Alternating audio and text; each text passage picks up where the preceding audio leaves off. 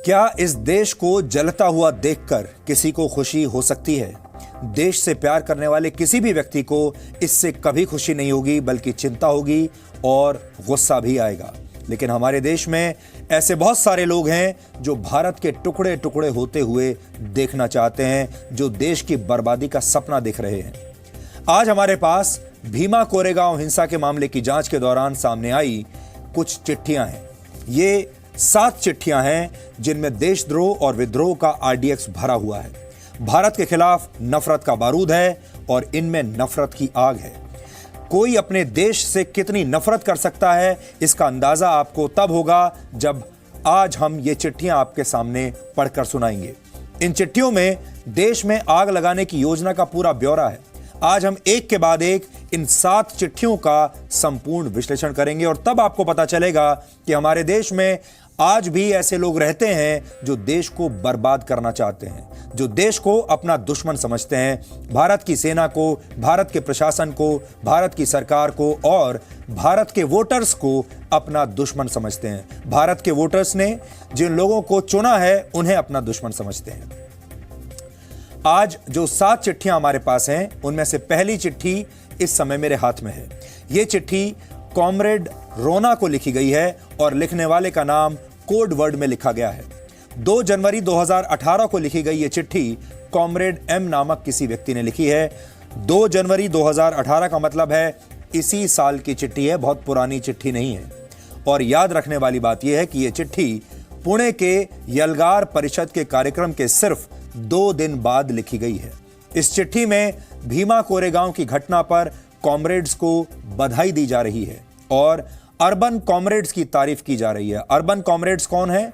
वो कॉमरेड्स जो शहरों में रहते हैं, क्योंकि उन्होंने अपने पुराने साथियों को कैद से रिहा करवाने के लिए बड़ा अच्छा प्रयास किया।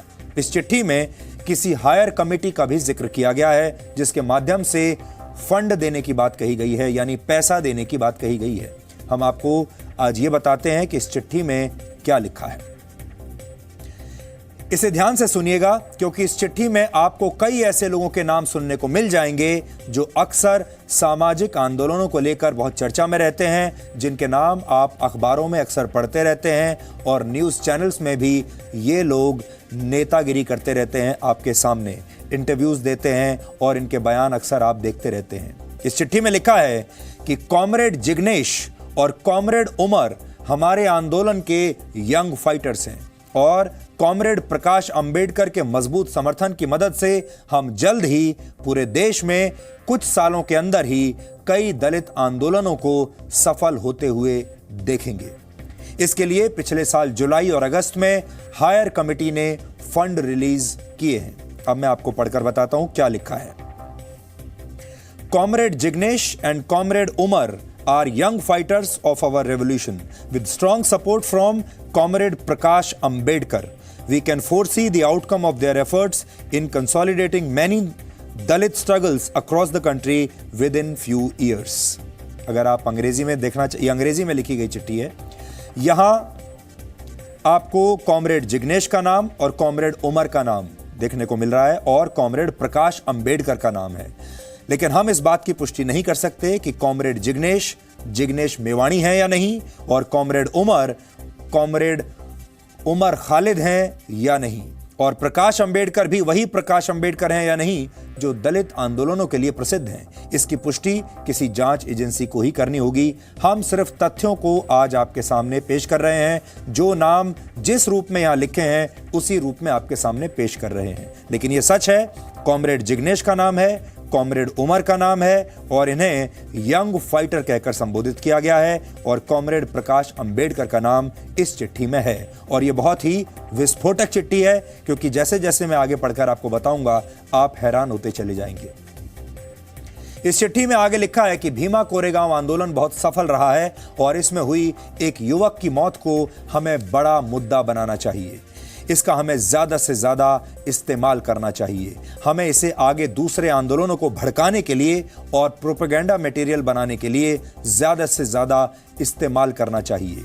इसके साथ ही कॉमरेड्स को लंदन में मौजूद कुछ दोस्तों से जुड़ने के लिए भी इस चिट्ठी में कहा गया है। अब देखिए, जो सबसे खतरनाक बात है, the Bhima Koregaon agitation has been very effective. The unfortunate death of a youth must be exploited. अब आप फिर से सुन लीजिए. The unfortunate death of a youth must be exploited to prepare future agitations and propaganda material. यानी ये लोग चाहते हैं कि जो युवक इस एजिटेशन में, इस विरोध प्रदर्शन में मारा गया, उस मारे गए युवक की मौत का भरपूर राजनीतिक लाभ उठाना चाहिए, ऐसा इसमें लिखा है. अब आपको समझ में आया होगा कि जब ऐसी जगहों पर कोई मौत होती है किसी की, तो वो अचानक इतना बड़ा मुद्दा कैसे बन जाता है. इसका मतलब है कि इस देश में नक्सलवाद की विचारधारा से जुड़े कुछ लोग भीमा कोरेगांव की हिंसा को इस्तेमाल करने की कोशिश कर रहे थे. जो युवक मारा गया, उसकी मौत को इस्तेमाल करने की कोशिश कर रहे थे लोगों को भड़काने के लिए. आपको याद दिला दें, 31 दिसंबर 2017 को पुणे के शनिवारवाड़ा इलाके में यलगार परिषद नामक एक कार्यक्रम का आयोजन हुआ था. इस कार्यक्रम में दलित नेता जिग्नेश मेवाणी और जेएनयू से जुड़े छात्र नेता उमर खालिद भी शामिल हुए थे. इसके बाद अगले ही दिन यानी 1 जनवरी 2018 को पुणे में मौजूद भीमा कोरेगांव स्मृति स्थल पर हजारों की संख्या में लोग जमा हुए थे. इस दौरान वहां खूब हंगामा हुआ, तोड़फोड़ और आगजनी हुई और सरकारी संपत्ति को नुकसान पहुंचाया गया. इस मामले में एक युवक की मौत भी हो गई थी और उसी युवक की मौत का फायदा उठाने की बात यहां कही जा रही है. उस दिन जिग्नेश मेवाणी वहां मौजूद थे, उमर खालिद वहां पर मौजूद थे और इस चिट्ठी में, जो कि अगले ही दिन लिखी गई है 2 जनवरी को, इसमें कॉमरेड जिग्नेश और कॉमरेड उमर का नाम लिखा गया है.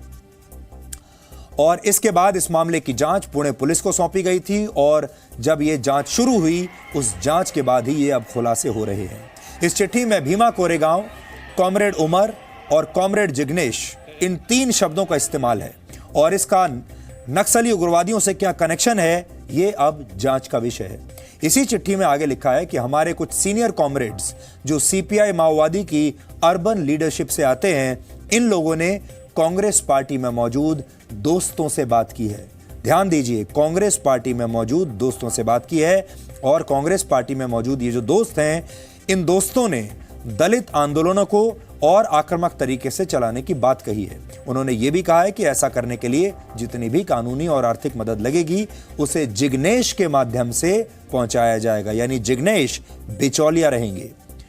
दलितों की संवेदनाएं बीजेपी और आरएसएस के ब्राह्मण केंद्रित एजेंडा के विरोध में, ऐसा इसमें लिखा है, और इस विरोध का फायदा बड़े स्तर पर आंदोलन और हंगामा खड़ा करने के लिए इस्तेमाल करना चाहिए. फिर इस चिट्ठी में लिखा है, सत्ता में आने के बाद ऐसा पहली बार हुआ है कि राज्य सरकार किसी मुद्दे पर इतनी चिंतित है. हमें इस दबाव का इस्तेमाल करके कई और राज्यों में एक साथ आंदोलन खड़े करने चाहिए, जिससे मोदी को 2019 में सत्ता से हटाया जा सके. इस चीज का उदाहरण हम गुजरात चुनाव में देख चुके हैं. ये सब इस चिट्ठी में जो लिखा है वही आपको पढ़कर सुना रहा हूं. अब क्या लिखा है, बिल्कुल वर्बेटिम आप पढ़कर देख लीजिए. Senior comrades from CPI Maoist urban leadership have had prior talks with our friends in Congress who suggested to continue Dalit mobilization more aggressively.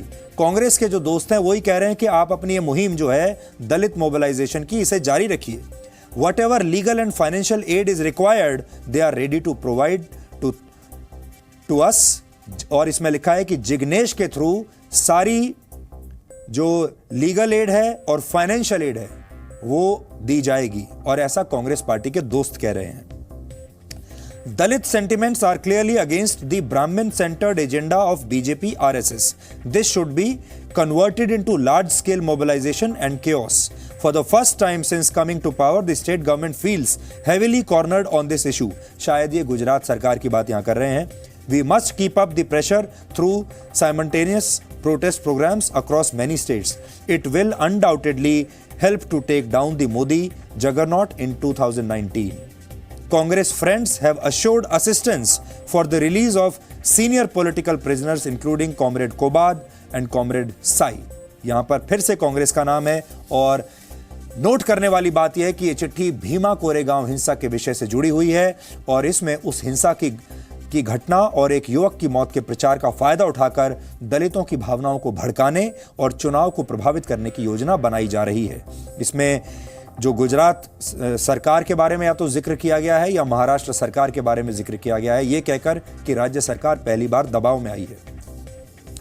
इसमें जातियों का नाम भी लिया गया है, जैसे दलित और ब्राह्मण।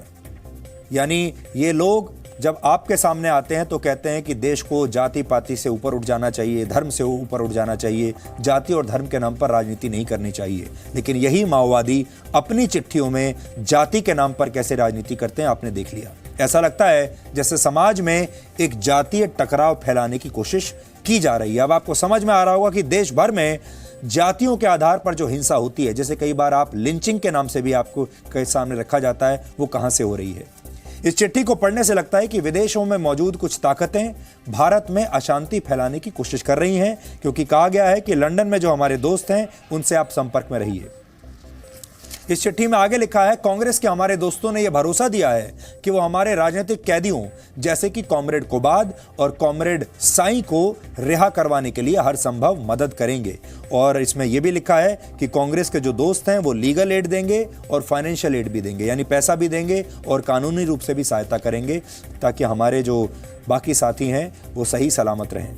ये बहुत गंभीर बात है और कांग्रेस पार्टी को अपने संगठन में एक इंटरनल सर्च ऑपरेशन अब चलाना चाहिए, ये देखने के लिए कि उस पार्टी में कौन से ऐसे लोग हैं जो इन खूंखार माओवादियों को जेल से बाहर निकालने का भरोसा दिला रहे हैं और आंदोलन चलाने के लिए इन लोगों को पैसा देने की बात कर रहे हैं। कांग्रेस पार्टी को ये बताना चाहिए। ये सिर्फ एक चिट्ठी थी और आपको लगा होगा कि इसमें बारूद भरा हुआ है। हमारे पास एक और चिट्ठी है जो कॉमरेड प्रकाश ने कॉमरेड रोना को लिखी है। इसमें चिंता जताई गई है कि भीमा कोरेगांव आंदोलन अब शांत पड़ रहा है और उस आंदोलन को भड़काकर रखना जरूरी है। देखिए, कॉमरेड रोना लाल सलाम ये कहकर संबोधित किया गया है। कॉमरेड महेश राउत को कुछ दिन पहले पार्टी ने पैसा कायदानुसार ग्राम पंचायत में आयोजित बैठक में 5 लाख रुपए कॉमरेड सुरेंद्र, कॉमरेड सुधीर इन्हें देने के लिए दिए गए थे। वह उन्हें यह भी बताया गया था कि भीमा कोरेगांव का आंदोलन शांत पड़ता दिख रहा है। ऐसे में हमारे विभिन्न राज्यों में कार्यरत कॉमरेड्स इन्हें कार्यान्वित करके बीजेपी और आरएसएस शासित राज्यों में आंदोलन को और उग्र करें, जिससे 2019 में बीजेपी और आरएसएस इनका चुनाव जीतने का सपना धरा के धरा रह जाए। और आगे खास बात, इस संबंध में पार्टी को समय समय पर जानकारी आप देते रहें। कॉमरेड महेश के द्वारा भेजे गए 2 कॉमरेड्स, जिसमें ब्रैकेट में लिखा है टीस इंस्टीट्यूट के गुरेला क्षेत्र में सकुशल पहुंच गए हैं, उन्हें अगस्त और अक्टूबर माह में वापस भेजा जाएगा, जिसकी जानकारी अगले पत्र में दी जाएगी। एक और खास बात बता दें आपको, पत्र मिलने के बाद और आपके पढ़ने के बाद उसे अच्छी तरह से नष्ट कर दें। इसका ध्यान रहे कि ये दुश्मन के हाथों में ना लगे। लेकिन इनकी किस्मत खराब है, ये दुश्मन के हाथों में लग गया। दुश्मन यानी पुलिस के हाथों में लग गया और फिर वहां से हमारे हाथों में लग गया। हम भी उनके दुश्मनी हैं। इसी साल जून के महीने में जब प्रधानमंत्री नरेंद्र मोदी की हत्या की साजिश वाली चिट्ठी सामने आई थी, तब रोना विल्सन नाम के एक व्यक्ति की गिरफ्तारी हुई थी। गौर करने वाली बात यह है कि प्रधानमंत्री की हत्या की साजिश वाली चिट्ठी जिस व्यक्ति ने लिखी थी, उसने कोड में अपना नाम आर ही लिखा था। और ये जो चिट्ठी है ये भी कॉमरेड रोना को ही लिखी गई है। हमारे पास अब एक और चिट्ठी है, तीसरी चिट्ठी, जिसमें कई छात्र संगठनों के नाम हैं। इस चिट्ठी में कांग्रेस और उससे जुड़े एक छात्र संगठन का नाम भी लिया गया है। यह चिट्ठी कॉमरेड प्रकाश ने कॉमरेड सुरेंद्र को 25 सितंबर 2017 को लिखी थी। इस चिट्ठी में युवा काडर को भर्ती करने की बात की गई है। इस चिट्ठी में कॉमरेड प्रकाश ने कॉमरेड सुरेंद्र से कहा है कि वो तार, कीलें, नाइट्रेट पाउडर और अन्य वस्तुओं को बीजापुर के माइनिंग कॉन्ट्रैक्टर से इकट्ठा करें। गौर करने वाली बात यह है कि इन चीजों का इस्तेमाल बॉम्ब बनाने के लिए भी किया जा सकता है। इस चिट्ठी में कॉमरेड अरुण नाम के एक व्यक्ति की इस बात के लिए तारीफ की गई है कि वो रिसर्च स्कॉलर्स यानी पीएचडी करने वाले छात्रों को बड़ी तादाद में आंदोलन में शामिल करने में सफल रहे हैं और उन्हें इस बात का विस्तार मुंबई, पुणे, औरंगाबाद और कोंकण में करने के लिए कहा गया है। इसी चिट्ठी में आगे लिखा है कि दिल्ली विश्वविद्यालय के छात्र संगठन डूसू, जेएनयू के छात्र संगठन जेएनयूएसयू यानी JNU student union, APSC, AISF और एनएसयूआई जैसी संस्थाओं की मदद लेकर देश भर में छात्र आंदोलन खड़े किए जाएं। स्टेट फोर्सेस छात्रों पर ज्यादा कड़ाई से कदम नहीं उठा पाएंगी, जिसका हम अपने फायदे के लिए इस्तेमाल करेंगे। छोटे से अंश आपको पढ़कर बता देता हूं। Comrade M has expressed satisfaction with regards to Arun's effort to motivate research scholars and get them involved in the revolutionary movement। यानी अब ये चाहते हैं कि जो रिसर्च स्कॉलर्स हैं, जो हायर एजुकेशन के साथ जुड़े हुए छात्र हैं, उन्हें अपने साथ जोड़ा जाए। DUSU, JNU, SU, APSC, AISF, NSUI and others must be encouraged to actively participate in protests to highlight issues such as the recent BHU incident।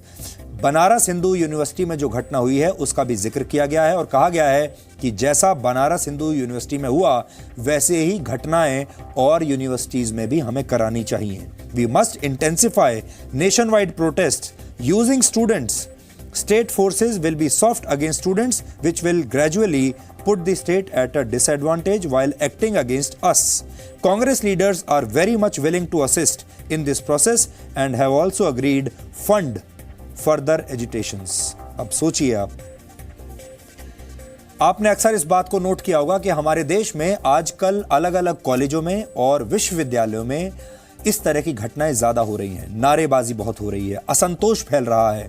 आपने बनारस हिंदू यूनिवर्सिटी में ऐसा होते हुए देखा होगा, आपने जादवपुर यूनिवर्सिटी में ऐसा होते हुए देखा होगा, आपने JNU में ऐसा देखा होगा, दिल्ली यूनिवर्सिटी में भी ऐसी घटनाएं होती रहती हैं। और कई बार ऐसा लगता है कि ये सब हैदराबाद यूनिवर्सिटी में आपने देखा होगा, जहां रोहित वेमुला ने आत्महत्या की थी, और आपको लगता होगा कि अचानक सारे छात्र शायद एक साथ मिलकर कोई बड़ा एजिटेशन देश के खिलाफ करने वाले हैं। अब आपको समझ में आया होगा कि ये जो लोग हैं ये असल में विश्वविद्यालयों को अपना निशाना बना रहे हैं और देश भर के कॉलेजों में पढ़ने वाले जो लोग हैं, ऐसे छात्र जिन्हें राजनीति में दिलचस्पी है, उन पर इनकी नज़र है और ये साफ लिख रहे हैं कि बनारस हिंदू यूनिवर्सिटी में जो कुछ हुआ वैसी घटनाएं हमें और करनी चाहिए ताकि पूरे देश के विश्वविद्यालयों में आग लग जाए, आग फैल जाए।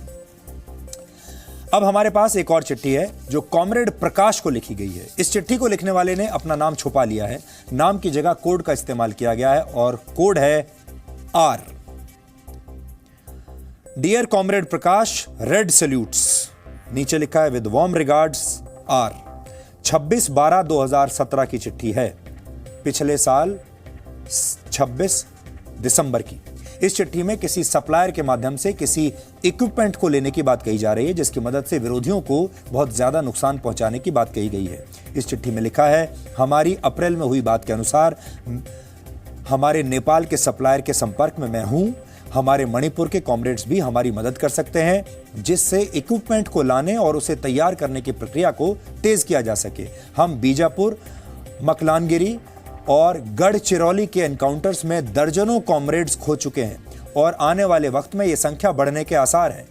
हम इक्विपमेंट को नेपाल से कोलकाता होते हुए 2 रास्तों से ला सकते हैं। इन्हें अलग अलग करके इलेक्ट्रॉनिक अप्लायंसेज में छुपाकर उड़ीसा और छत्तीसगढ़ के बॉर्डर्स पर आप लोगों के पास हम पहुंचाएंगे, ऐसा इसमें लिखा है।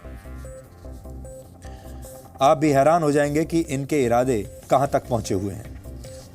यह चिट्ठी अब जो मैं पढ़ने वाला हूं विजयन नाम के एक व्यक्ति को लिखी गई है। लिखने वाले व्यक्ति ने अपना नाम कोड वर्ड में लिखा है SS। यह चिट्ठी 5 अक्टूबर 2017 को लिखी गई। इसमें ईसाई मिशन की तारीफ की गई है। ऐसा कहा गया है कि उनके कार्यक्रमों की वजह से करीब 25% आदिवासी लोगों ने पिछले 5 वर्षों में जीसस क्राइस्ट का रास्ता अपना लिया है, यानी वो ईसाई बन गए हैं, उनका धर्म परिवर्तन कर दिया गया है। आगे इस चिट्ठी में राज्य सरकार द्वारा पास किए गए एंटी कन्वर्जन बिल के बारे में चिंता जाहिर की गई है और इस नए कानून को मिशनरीज के काम में बहुत बड़ी अड़चन बताया गया है। इस चिट्ठी में सबसे बड़ी बात यह है कि इस कानून को हटाने के लिए बीजेपी के वरिष्ठ नेताओं को अगवा करने की यानी किडनैप करने की बात इसमें कही गई है। आपने धर्म परिवर्तन की बात सुनी होगी। The role of Christian missions is very important in mobilizing the Adivasis to defend their democratic rights. Christian missionaries, especially in Jharkhand, have led various struggles against land acquisition, exploitation of mineral resources, and injustice prevalent in the state. Through these efforts, we can confidently say at least 25% tribals have accepted the path of Jesus Christ in last 5 years. While all of this sounds promising, there are new challenges that seriously affect our agenda. One such problem is the new anti-conversion bill passed by the State Assembly. और आगे लिखा है, on the ground level there must be some action from your side to capture senior leaders of ruling BJP in the state and demand that the oppressive laws be done with. मतलब BJP के बड़े नेताओं को अगवा कर लिया जाए, kidnap कर लिया जाए और बदले में ये कहा जाए कि ये कानून वापस लें। हमारे पास हिंदी में लिखी 2 और चिट्ठियां हैं। ये चिट्ठी कॉमरेड प्रकाश को लिखी गई। इस चिट्ठी में वरावरा नाम के एक व्यक्ति का जिक्र है। ये वही वरावरा हैं जिन्हें हैदराबाद से गिरफ्तार किया गया था।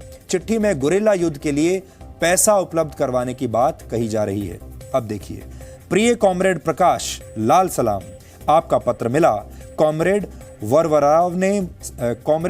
वरवरा राव से मुझे कुछ फंड दिया गया है और वह आप तक पहुंचाने के लिए कॉमरेड मनोज को मुझे संपर्क करने के लिए फैक्ट फाइंडिंग कमेटियों के लिए आने वाले दिनों को तय वक्त से पैसे नहीं मिलने के कारण वे उसमें शामिल नहीं हो पाए। कॉमरेड वरवराव का नाम इसमें लिखा है और इसमें यह भी लिखा है कि इस कॉमरेड वरवराव ने मुझे फंड दिया है। यानी ये जो व्यक्ति है वरवरा राव जिनको गिरफ्तार किया गया था और अब उनके घर में ही उन्हें हाउस अरेस्ट के तहत रखा गया है। इस चिट्ठी में तो साफ लिखा है कि उन्होंने फंड दिया है इस कॉमरेड को।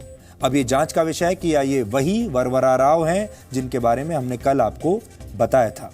आगे के ऑपरेशन के लिए कुछ जंगल के कॉमरेड्स संपर्क में हैं। उन्हें भी उनके खर्चे तथा गुरिल्ला युद्ध के सामान के लिए पैसे उपलब्ध करवा रहा हूं। अभी हमारी सबसे बड़ी प्राथमिकता कॉमरेड साई को बरी करवाना है। उसका रिजल्ट जल्द आने वाला है। उसके बाद मैं झारखंड और तमिलनाडु में बंदी हमारे कॉमरेड्स के लिए, सत्य शोधन समिति के साथियों के लिए मैं खुद अपने अन्य वकीलों की व्यवस्था करवा दूंगा। ऐसा इसमें लिखा है। कॉमरेड सुरेंद्र नीचे नाम लिखा है। क्रांतिकारी अभिवादन के साथ कॉमरेड सुरेंद्र। और इसी तरह की एक और चिट्ठी है। यह चिट्ठी भी हिंदी में लिखी गई है। चिट्ठी को कॉमरेड मिलिंद नामक एक व्यक्ति ने लिखा है।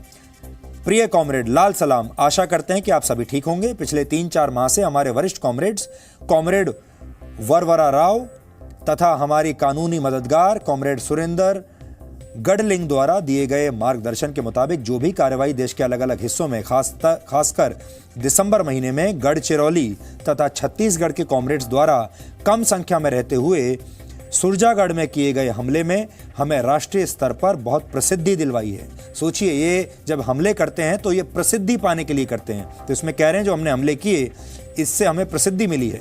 प्रचार माध्यमों तरह दुश्मनों द्वारा हमारी संख्या को 500 बताकर हमारी बड़ी उपस्थिति वहां दर्ज करवाई है।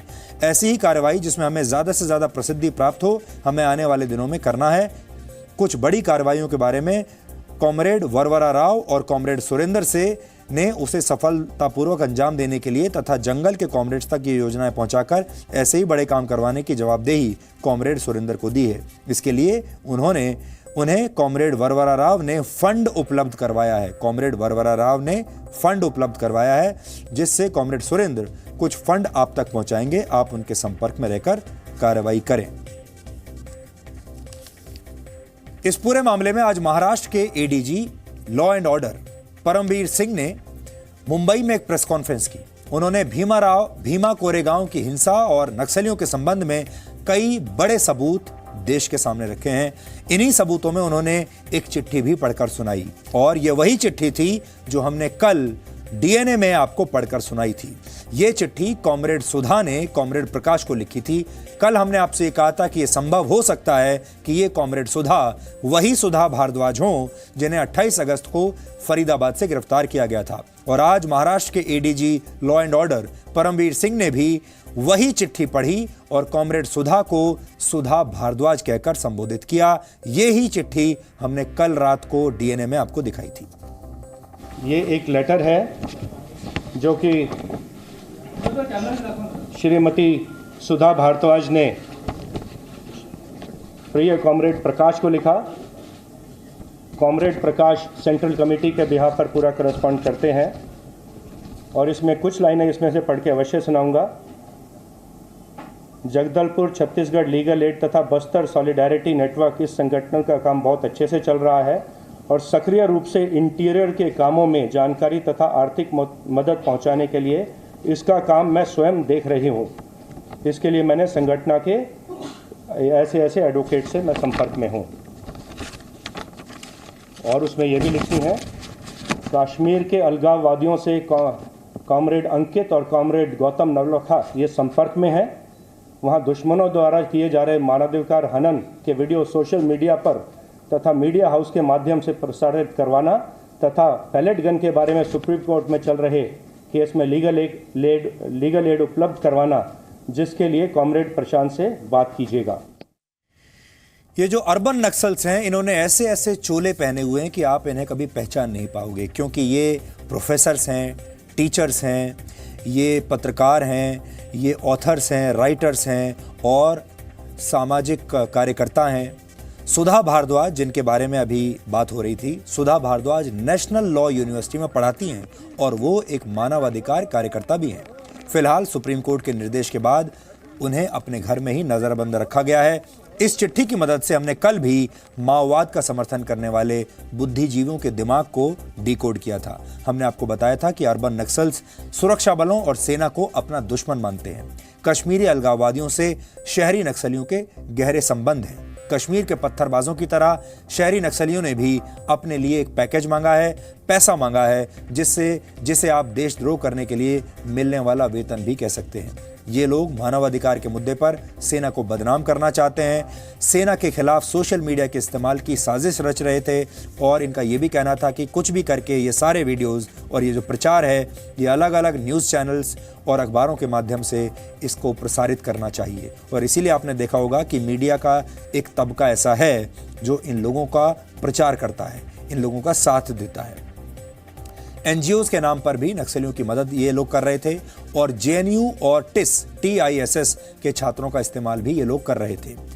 अब आप याद कीजिए, वर्ष 2016 से ही जी न्यूज़ ने ये बात बार बार आपसे कही है कि देश में बुद्धिजीवियों का एक वर्ग है जो बहुत चालाकी से देश विरोधी, राष्ट्र विरोधी षड्यंत्र कर रहा है और देश के विश्वविद्यालयों को अपना निशाना बना रहा है, देश के विश्वविद्यालयों के छात्रों को अपने साथ जोड़ रहा है, उनका ब्रेन वॉश करके। और ये सारे लोग जानते हैं कि अगर ये युवा उनके साथ मिल गए, अगर छात्र मिलकर कोई विरोध करने लगे, विरोध प्रदर्शन करने लगे, तो सरकार के हाथ बंध जाते हैं, सरकार कमज़ोर पड़ने लगती है। ऐसा इस चिट्ठी में भी लिखा है। इसीलिए छात्रों का प्रयोग किया जा रहा है, राजनीतिक प्रयोग। जेएनयू में बिल्कुल ऐसा ही हुआ था। 2016 में जेएनयू में जब भारत के टुकड़े करने वाले नारे लग रहे थे और पाकिस्तान जिंदाबाद के नारे लगे थे, तब भी नक्सलवादी आज़ादी गैंग का समर्थन कर रहे थे। सबसे पहले हमने ही, यानी जी न्यूज़ ने ही आप सबको ये तस्वीरें दिखाई थी और तब से जी न्यूज़ भी इनकी आंखों में खटकता है। जब भी देश के टुकड़े करने की बात होती है तो शहरों में रहने वाले नक्सली आज़ादी गैंग में शामिल हो जाते हैं और देश को तोड़ने वाले नारे लगाते हैं। इन लोगों से आप सबको सावधान रहना होगा। अगर आप मीडिया में भी इनके बारे में कुछ पढ़ें तो समझ जाइए कि मीडिया में भी एक तबका ऐसा है जो इनके प्रति अपना समर्थन जाहिर करता रहता है। आप में से बहुत सारे लोग आज ये भी सोच रहे होंगे कि अर्बन नक्सल वाली विचारधारा को बढ़ावा देने वाले लोगों की संख्या आखिर है कितनी। अगर आप अपने आसपास ध्यान से देखेंगे तो आपको इस सवाल का जवाब मिल जाएगा।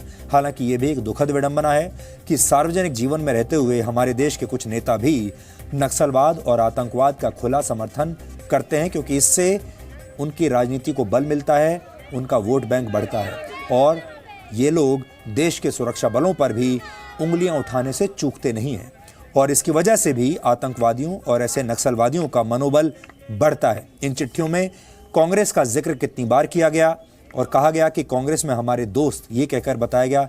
इससे आपको समझ में आ सकता है कि कैसे इन लोगों को देश के ही कुछ नेता समर्थन दे रहे हैं। जम्मू कश्मीर की पूर्व मुख्यमंत्री महबूबा मुफ्ती ने आज एक ट्वीट किया और वो ये किया कि कश्मीर घाटी में आतंकवादी और सुरक्षा बल एक दूसरे के परिवारों को प्रताड़ित कर रहे हैं। अपने ट्वीट में उन्होंने आतंकियों और सुरक्षा बलों की तुलना एक दूसरे के साथ कर दी है। आपको बता दें कि पिछले 36 घंटे में कश्मीर में आतंकवादियों ने 10 कश्मीरियों का अपहरण किया था। ये सभी लोग कश्मीर के उन देशभक्त पुलिस वालों के परिवारों के सदस्य थे जो आतंकवादियों के खिलाफ अभियान में शामिल रहे हैं। हालांकि जिन लोगों का अपहरण हुआ था उन सभी लोगों को अब रिहा कर दिया गया है। लेकिन सोचने वाली बात यह है कि एक राज्य की पूर्व मुख्यमंत्री आतंकवादियों और देश के सुरक्षा बलों को एक ही कसौटी पर रखकर कैसे तौल सकती है? क्या ऐसी टिप्पणी करके उन्होंने देश के जवानों का अपमान नहीं किया? सच तो ये है कि महबूबा मुफ्ती भी कश्मीर घाटी में वोट बैंक वाला एजेंडा चला रही हैं और इसके लिए अगर उन्हें सेना और सुरक्षा बलों पर आपत्तिजनक टिप्पणी भी करनी पड़े तो वो उन्हें कोई फर्क नहीं पड़ता। ये आतंकवादियों को दिया गया एक गुप्त संरक्षण है, यानी बात चाहे अर्बन नक्सल्स की हो या अर्बन लीडर्स की हो, सबका एजेंडा असल में एक ही है। समय की मांग यही है कि आप ऐसे एजेंडे से सावधान रहें। और जो कुछ कश्मीर में हो रहा है, अगर आप ध्यान से देखें तो कश्मीर के जो आतंकवादी हैं वो चुन चुनकर कश्मीर में पुलिस वालों को मार रहे हैं, सेना के जवानों को मार रहे हैं। जो जवान छुट्टी पर जाते हैं उन्हें रास्ते में पकड़कर मार दिया जाता है। और अब इन लोगों ने एक नई बात अपनाई है और वो ये कि पुलिस में जो लोग काम करते हैं यानी पुलिस कर्मियों के परिवार वालों को अब ये लोग अगवा कर रहे हैं और पुलिस वालों से ये कह रहे हैं कि आप पुलिस की नौकरी छोड़ दीजिए, अगर आपने नहीं छोड़ी तो आपके परिवार वालों को अगवा कर लिया जाएगा। ये बहुत गलत चीज़ हो रही है।